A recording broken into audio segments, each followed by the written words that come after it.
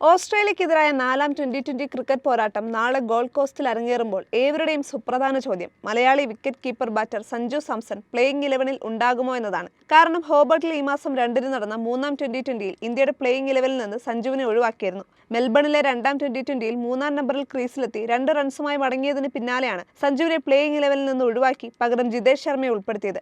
5 മത്സര പരമ്പരയിൽ നിലവിൽ 3 മത്സരങ്ങൾ പൂർത്തിയായപ്പോൾ 1-1 സമനിലയിലാണ് ഇന്ത്യയും ഓസ്ട്രേലിയയും. സഞ്ജുവിനെ പുറത്തിരുത്തിയിറങ്ങിയ മൂന്നാം ട്വന്റിയിൽ ഇന്ത്യ 5 വിക്കറ്റ് ജയം നേടിയിരുന്നു. ഒരു വർഷം മുൻപ് ഇന്ത്യയുടെ ട്വന്റി പ്ലേയിംഗ് 11-ൽ സ്ഥാനം ഉറപ്പുള്ള കളിക്കാരിൽ ഒരാളായിരുന്നു സഞ്ജു സാംസൺ. 5 ഇന്നിംഗ്സിനിടെ 3 സെഞ്ചുറി നേടി ഓപ്പണർ സ്ഥാനത്ത് സഞ്ജുവിന് വെല്ലുവിളിയില്ലായിരുന്നു. എന്നാൽ ടെസ്റ്റ് ഏകദിന ക്യാപ്റ്റൻ ശുഭ്മാൻ ഗില്ലിന്റെ ട്വന്റിയിലേക്കുള്ള തിരിച്ചുവരവോടെ സഞ്ജു പുറത്തേക്കുള്ള വഴിയിലായി. ടോപ്പ് ഓർഡറിൽ നിന്ന് പുറത്താക്കപ്പെട്ട സഞ്ജുവിനെ മധ്യനിരയിലേക്ക് ഇറക്കി. എന്നാൽ മധ്യനിരയിൽ ഇപ്പോൾ സഞ്ജുവിന് പകരം ജിതേഷ് ശർമ്മയെ കളിപ്പിക്കാനുള്ള നീക്കമാണ് ടീം മാനേജ്മെന്റ് നടത്തുന്നത്.